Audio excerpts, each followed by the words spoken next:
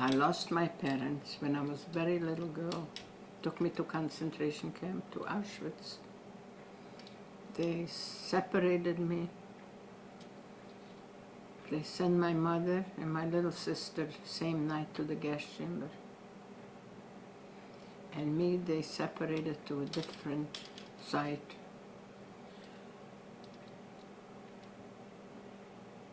I really didn't want to go. I was running after my mother. Came a young man who was already in camp for a while. He was a Jewish guy. And he asked me if I speak Jewish. He was from Poland. I said, yeah. He asked me how old I was, and I told him. So he made me 2 years older. He said, don't say it, just say 2 years older, more. I didn't ask any questions. I was, again, wanted to run after my mother. I said, Mom, don't leave me. My mother was waiting, but they were pushing her to go in the line. And I wound up all by myself with some older ladies going into camp. We came in, they put us in like a bathtub, not a bathtub, like a building that was showers. And they told us to unrope. And some ladies, older ladies, I was a kid, younger than you, and older ladies, they didn't want to unrope. So the SS came in and they started to shoot in the ceiling and the floor to scare them. And we unroped, of course, and I had a triple layer clothes on me, just in case they take everything away, so I should be able to change. I tied everything up, and they took us into a room, they sat us down, they shaved our heads. Shaved our heads, and after that, they put us into showers. In those showers, we showered, but we had no towel or anything, and they put us in another room. We never went back to the same room where we left the clothes.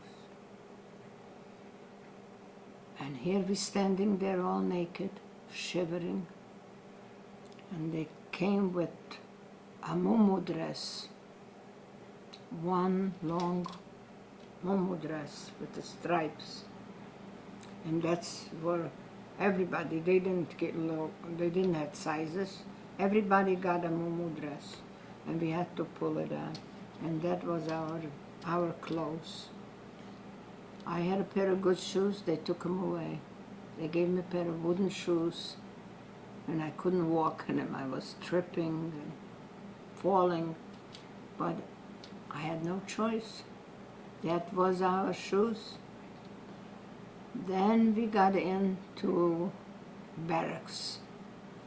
After that, they lined us up and they put us into wooden barracks with no beds, like bunks only, and 5 people on a bunk, like wood. No blanket, no mattress, no pillow, nothing. So there were 3 layers. So when they wind up on top, on the 3rd layer, during the night, when they were turning, it started to break. They were falling on each other down. They fell down on the bottom one. And of course there was like screaming and crying and emotion. The SS woman came in, so she started to shoot around in the air and said to be quiet. That was the first night. Well, the next day we had to stay outside Tselapel, like in a line, like soldiers, 5 in a row, and they were counting us. And that was 5 o'clock in the morning. There was a bell ringing, and we had to get out. Cold, freezing, no clothes, no underwear, nothing. Just that muumuu dress and those wooden shoes. And we were staying and shivering, and they were counting us. And SS went by and counting. That was every morning and every night. They were counting. I don't know what they were counting. We couldn't run away. We were barbed wired all around. We couldn't go any place. Did you get your tattoo on the first day? No. No, darling, I didn't get my tattoo. I got because I started to work. And those that they worked, they gave them tattoos so they cannot, I don't know, we couldn't run out anyway, but they gave us tattoos. And those that they didn't work, they were still selected to the gas chamber. Somebody got a tattoo already. We were happy that we got the tattoo. Maybe we'll survive somehow. I never thought I'm going to survive.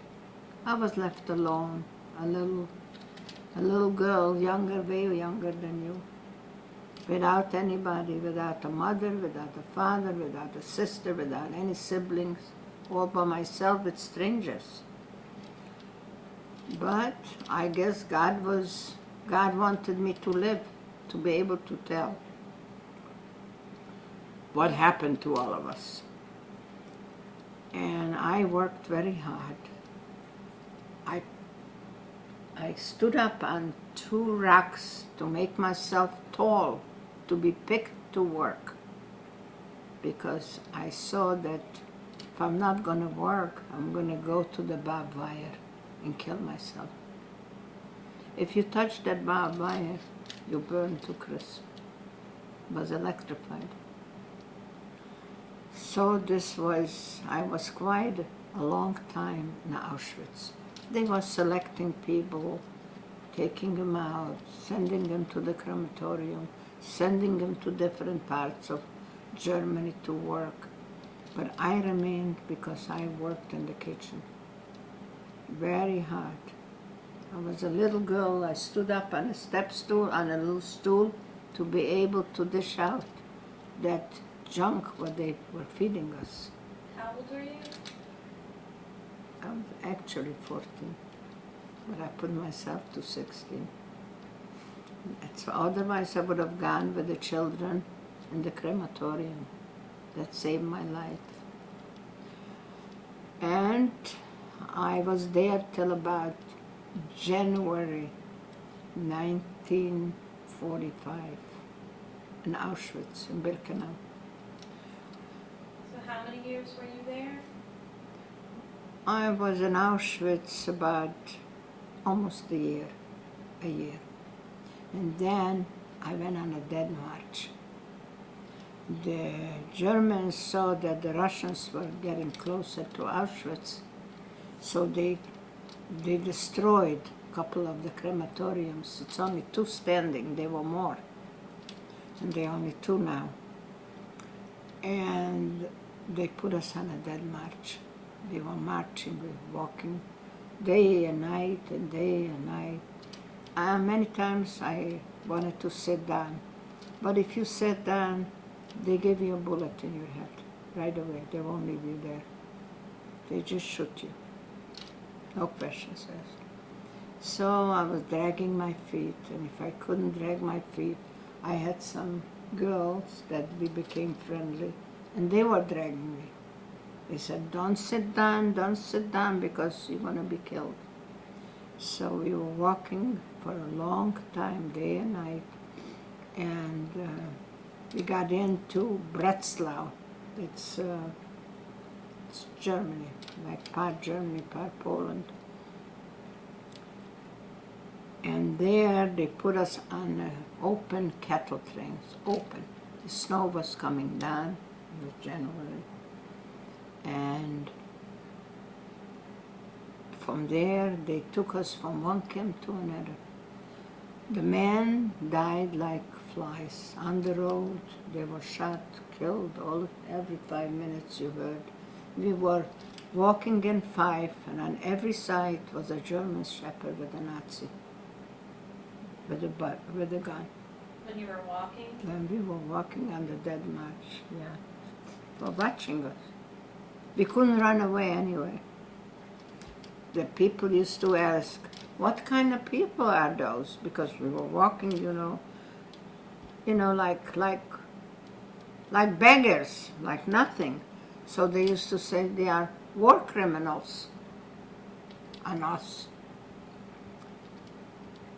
And when they put us on those cattle trains, they open, no roof, no nothing.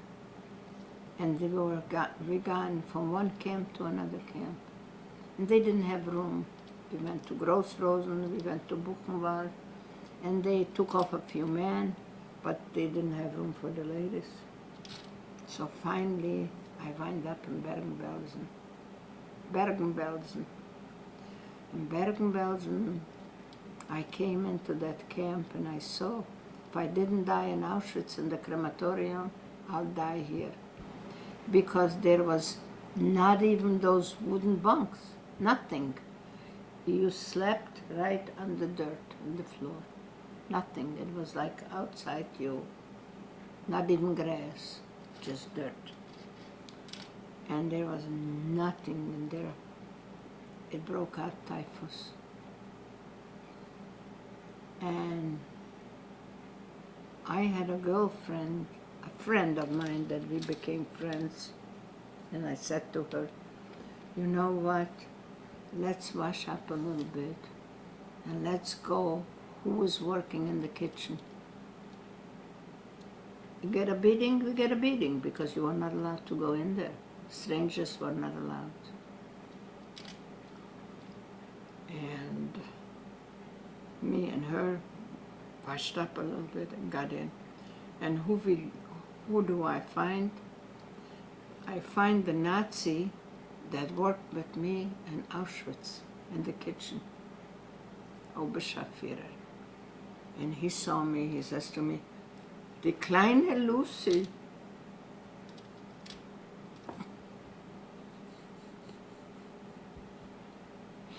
Excuse me. What are you doing here?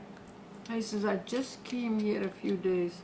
And I said to him, Herr Oberscharführer, I would love to work back in the kitchen. Would you please take me back to work? I don't want to sit around. So he said to me and my friend, he says, why don't you come in tomorrow and I'll let you work again in the kitchen. And I started to work in the kitchen to dish out 700 liter pressure cookers every single day, twice a day. And we were cooking garbage. Those beets that you give the pigs,